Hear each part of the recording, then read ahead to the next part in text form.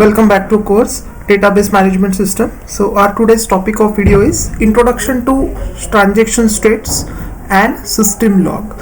So in the previous video we discussed about transaction. So we understand what is transaction. So we come to know that transaction is nothing but a set of operation which is carried out sequentially one after another, and transaction will make sure that your database should remain in a consistent state before execution of transaction and even after execution of a transaction. So we understand what is transaction. We also come to know that transaction is not only the part of transaction is not only happen in the banking system, but transaction may also be happen at the other domain also, because transaction is what a change, it's a set of minimal change. Okay, and then we understand the four properties of transaction which will make sure that your transaction will execute in a proper manner, and it will take care of all this transaction. Okay, so this is what a transaction and asset properties. Now in this video we are going to understand what are the different states of transaction. So states of transaction, as we already know, in the operating system there are various states of a process. So we know what is process, and process undergoes different set of states. Similarly, transaction undergo different states. So that we are going to understand with the help of this particular diagram. Initially your transaction is in a active state. So what is the meaning that when somebody will say that your transaction is present in a active state? So what is the meaning of active state? Active means what? Transaction is in execution. Just imagine a situation that your transaction consists of 100 instructions. So suppose it has executed 50 instructions. So you say that your transaction is in an active state. Suppose it has executed 99 instruction out of 100, then still you can say your transaction is in an active state. That means it is currently under execution. So this is what an active state. So from the active state there are two possibilities for a transaction. Either it shift to partially committed state or it is shifted to a failed state. So when it is being shifted to the failed state, suppose out of this 100 instruction, just imagine a situation that after execution of 50 instruction there is a hardware failure, that system get completely crash. So in that case what will happen? Transaction is transferred from active state to failed state. So this is what a failed state, and from transaction is moved from active state to failed state just because of two reasons: either software failure or it may be a hardware failure. Any can be a reason. So it move the transaction from active state to failed state. Now transaction will move from active state to partially committed state. Now what is the meaning of partially committed state? See, you already know the concept of buffer. You know the concept whenever we are going to open any file, that file is present in the main memory. Unless and until we save, that changes will not get saved in the secondary memory. Just imagine a situation, I just open one Word file, I have made some kind of changes, but I have not clicked on the save button, and suddenly your light gets off, or suddenly there is a failure. So in that case what will happen? Whether the data will be saved? No, that data is not going to save. So this is what a partially committed. Partially committed means what? In your transaction, in our example, total 100 instructions are there. Though you have executed complete 100 instruction, but you are not executed a commit command, you say that your transaction is in a partially committed state. Now what is the importance of performing commit instruction? So just I told you that whenever we are opening any file, it is present in the main memory, but the original copy is present in your secondary memory. That means you are making change in the main memory. Once you are sure that all the changes are done properly, then you are going to click on save, so that all the changes get saved properly into the secondary memory. That means you are making change in the duplicate copy. Okay, so same thing will be there in the case of a transaction. Means whatever the changes that you have done, whatever the instruction that you executed, unless and until you are not going to execute commit. Commit means what? All the changes that is done in the main memory, that is being shifted to secondary memory. So this is what a committed state. So partially committed state means what?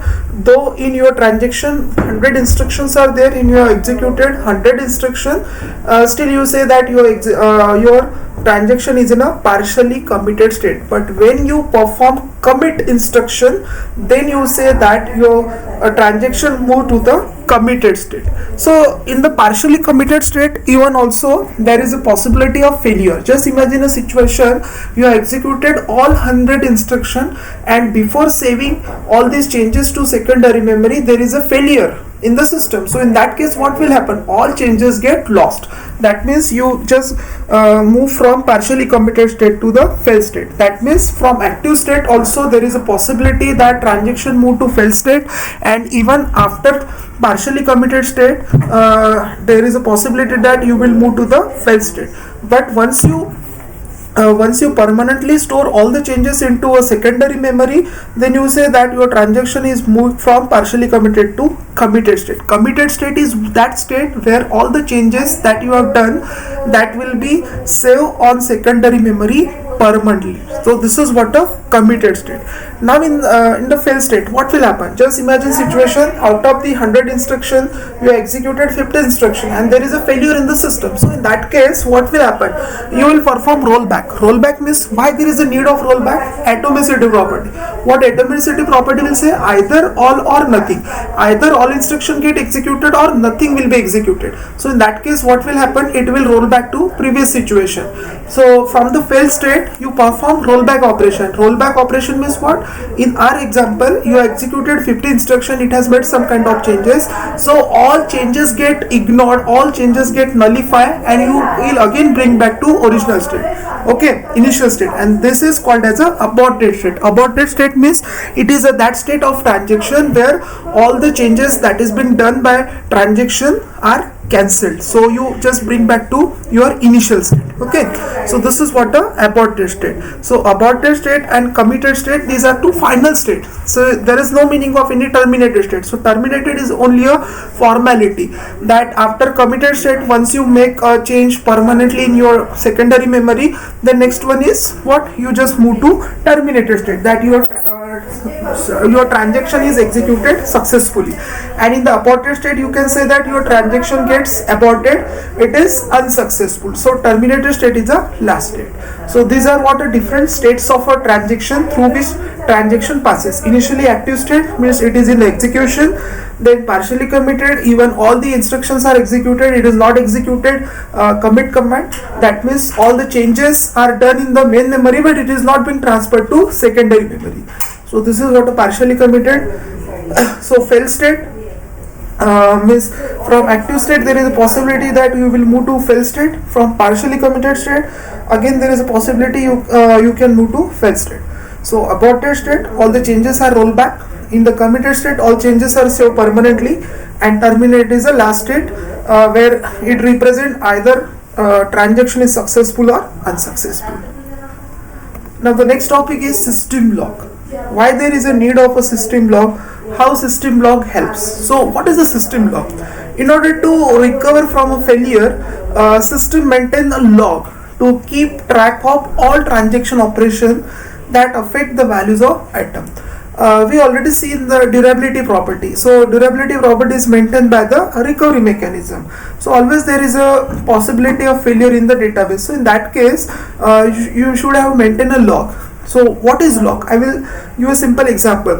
Suppose you are watching the video on YouTube. Okay, so I need to investigate what are the video that you have seen. So what I will do, I will just go to history and check what are the video that you have been visited. That means it is a log. History will maintain the log. Similarly, whenever you are executing a transaction, what are the changes that is being done, what are the operations that you have performed, that is maintained in the log. So log will maintain. Okay, so we'll try to understand what are the content of the system log. So as I explained earlier, that system log is nothing but an entry about the transaction. It is going to store what kind of operation that is performed by this particular transaction, in which particular state particular transaction is in. So that we come to know from this particular log. So let's discuss what are the contents of this system log. Very first, here you can see start underscore transaction comma T. What does it indicates? It indicates that transaction T has started its execution. Then the second type of information, write underscore item comma T comma X comma old value comma new value. So it represents that the transaction T is going to perform write operation on data item X whose old value is changed to new value. Then the third one is read underscore item T comma X. So it represents that the transaction T perform read operation on data item X.